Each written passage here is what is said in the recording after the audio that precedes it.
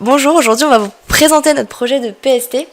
Alors, il consiste à modéliser la trajectoire et le rebond d'une balle de golf. Donc pour ce faire, c'est important de comprendre d'abord l'aspect physique, car l'aspect physique va nous permettre ensuite de poser les équations mathématiques qui nous permettront ensuite d'avoir une simulation MATLAB adéquate. Donc notre balle de golf, elle est soumise à différentes forces. Elle est soumise au poids, à une force de portance, une force de traînée. Et si on la néglige pas, elle est également soumise à la poussée d'Archimède. Donc la première force à laquelle notre balle est soumise, c'est le poids. Le poids va dépendre de sa masse et de la gravité. On rappellera juste que le poids vient de l'attraction de la Terre sur notre balle. Il faut également prendre en compte les actions et forces aérodynamiques. Et pour cela, il faut bien sûr prendre en compte la vitesse du vent relative par rapport à la balle. Du coup, celle-ci possède deux composantes. D'abord, une composante qui s'oppose à la vitesse de la balle, ainsi que la vitesse du vent. Et du coup, ceci va nous donner la vitesse du fluide relative à la balle. Une autre force à prendre en compte est la résistance de l'air. Donc, si notre balle vole dans cette direction, l'air va exercer un effort dans cette direction-là. Il s'agit donc de l'effort de traînée. La force de traînée va s'écrire de la façon suivante. Donc elle dépend de la section de la balle, du coefficient de traînée, drag en anglais, d'où le D, et de la vitesse du vent. Alors, c'est assez intéressant de se concentrer sur le coefficient de traînée, car il va avoir tendance à pas mal varier en fonction des balles qui peuvent être utilisées. Donc dans notre cas, on a une balle de golf qui a des alvéoles.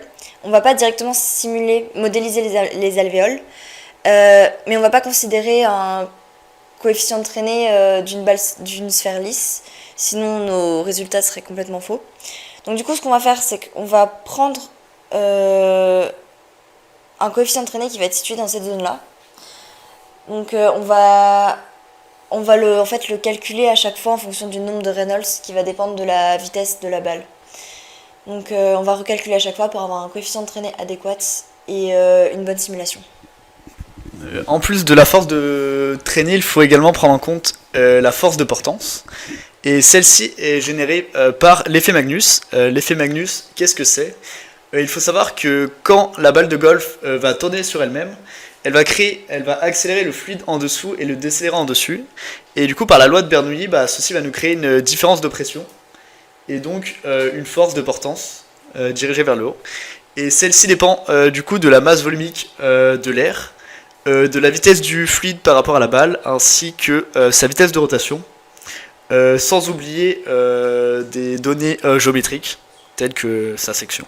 Du coup, à travers ces vidéos, on peut voir l'effet Magnus, que ce soit ici avec une trajectoire horizontale, ou ici avec une trajectoire plutôt verticale. Voilà, et tout ceci est lié du coup à l'inclinaison du vecteur rotation de la balle sur elle-même. Il y a également la poussée d'Archimède qui s'exerce sur la balle de golf. La poussée d'Archimède s'exerce sur tout objet plongé dans un fluide. Du coup ici le fluide c'est l'air. Du coup la poussée d'Archimède elle est égale au poids du fluide déplacé. Et du coup si on fait des petits calculs, on trouve une poussée d'Archimède qui est vraiment très faible relativement aux autres forces que nous avons pris en compte. Là par exemple on l'a comparé avec le poids. Du coup la poussée d'Archimède est 1000 fois moins importante que le poids. Et donc on le négligera par la suite de notre simulation. Une fois que la balle touche le sol, elle va rebondir. Et du coup, on peut distinguer deux cas qui vont varier en fonction de la vitesse, de l'angle d'attaque sur le sol. Et du coup, le premier cas, c'est si le coefficient de frottement est suffisamment grand, et la balle sera dans un cas de roulement sans glissement. Et du coup, cette balle va rebondir avec une vitesse de rotation inverse. Et donc si ce n'est pas le cas, il y aura glissement et donc son sens de rotation sera conservé. Du coup dans le premier cas, on est dans le cas du roulement sans glissement où la vitesse de rotation va être inversée et elle sera également plus faible, tout comme sa vitesse. Et du coup ça c'est lié au coefficient de restitution E, qui dépend également de la vitesse. Et du coup, dans ce cas, on est en rebond avec glissement. Du coup, la balle va rebondir avec une vitesse de rotation du même sens que celle d'origine. Et tout comme précédemment, il y a également le facteur de restitution qui intervient. Et du coup, à chaque rebond, la vitesse va diminuer. Ok, il faut savoir que lors d'un rebond, la balle va se déformer, ainsi que le sol en question. Néanmoins, dans notre simulation, nous ne l'avons pas pris en compte afin de la simplifier. Après avoir rebondi plusieurs fois, l'amplitude va diminuer de plus en plus, et donc cette balle au bout d'un moment va se mettre à rouler sur l'herbe. Et du coup, il faut savoir que l'herbe va réduire fortement la vitesse de roulement de la balle jusqu'à s'arrêter. Et donc, cette balle va se mettre à décélérer, comme l'indique cette formule, avec qu'un coefficient issu de l'expérience. Nous avons parlé de toutes les forces qui s'exerçaient sur la balle, et du coup nous les avons utilisées pour notre modélisation sous MATLAB. Nous avons fait plusieurs hypothèses, ainsi que plusieurs choix durant notre modélisation.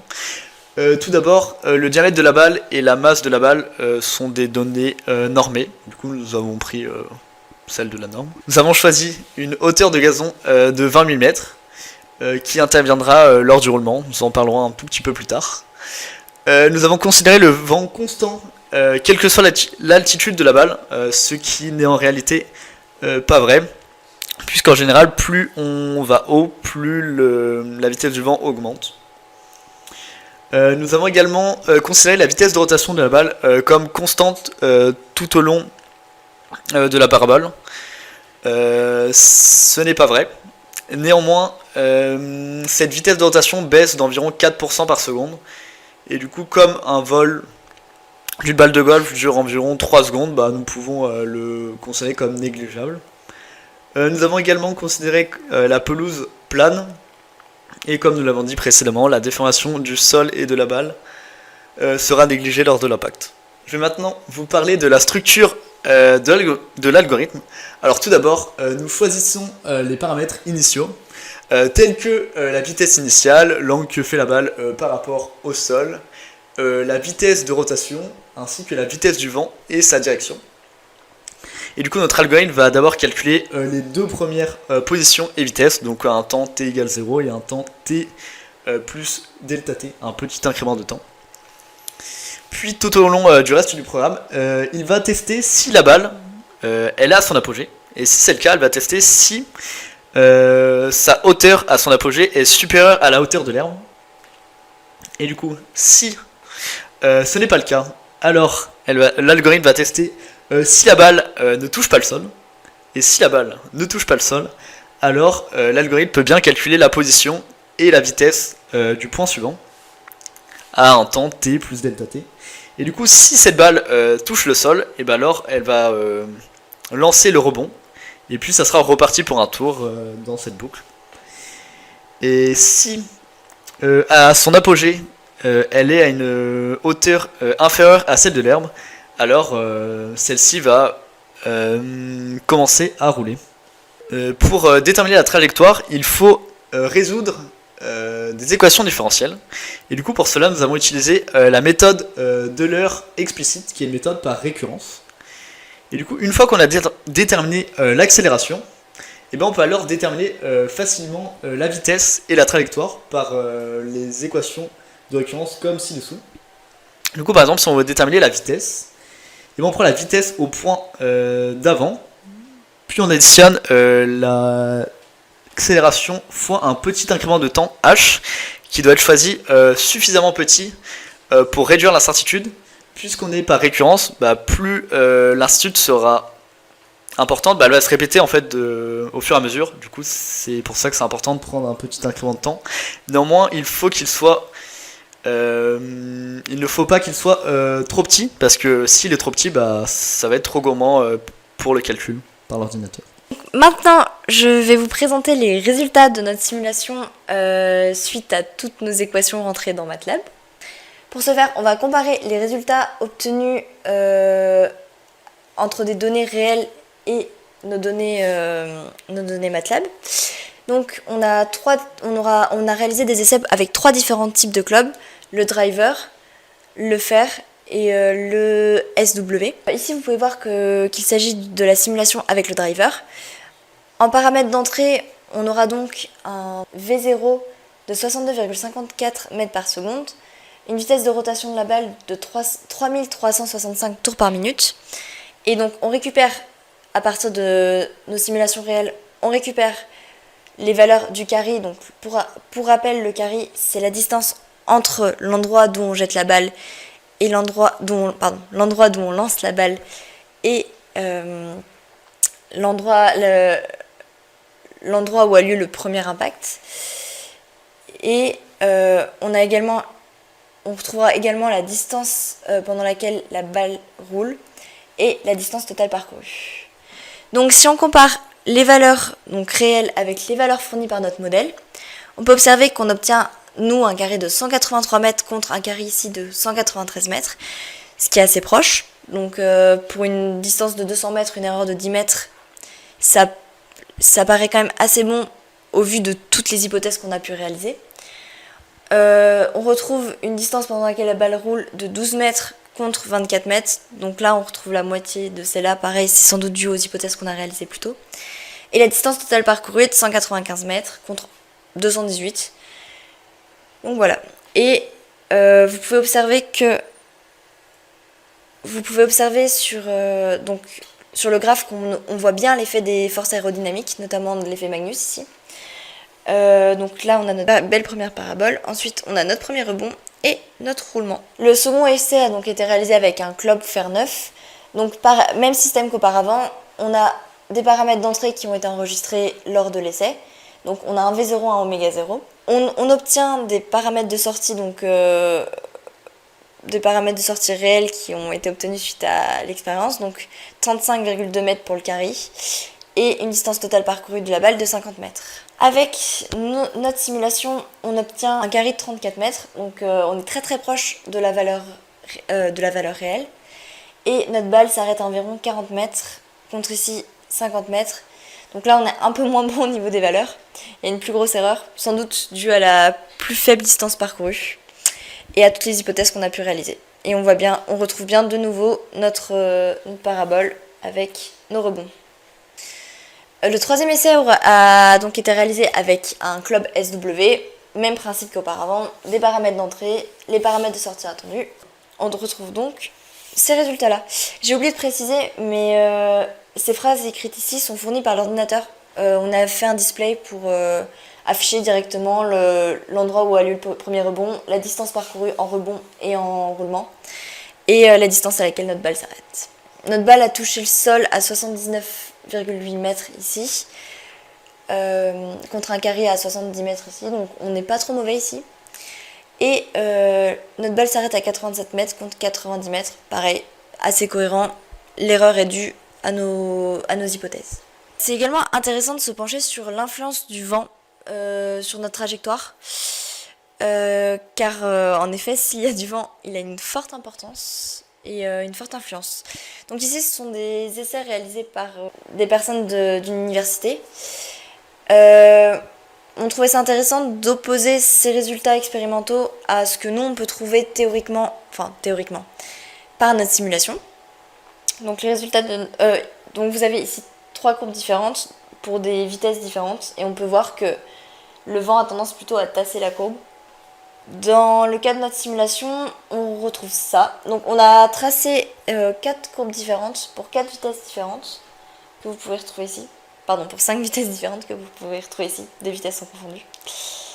Et on peut donc effectivement observer que en fonction de la vitesse du vent, on n'aura pas les mêmes paraboles.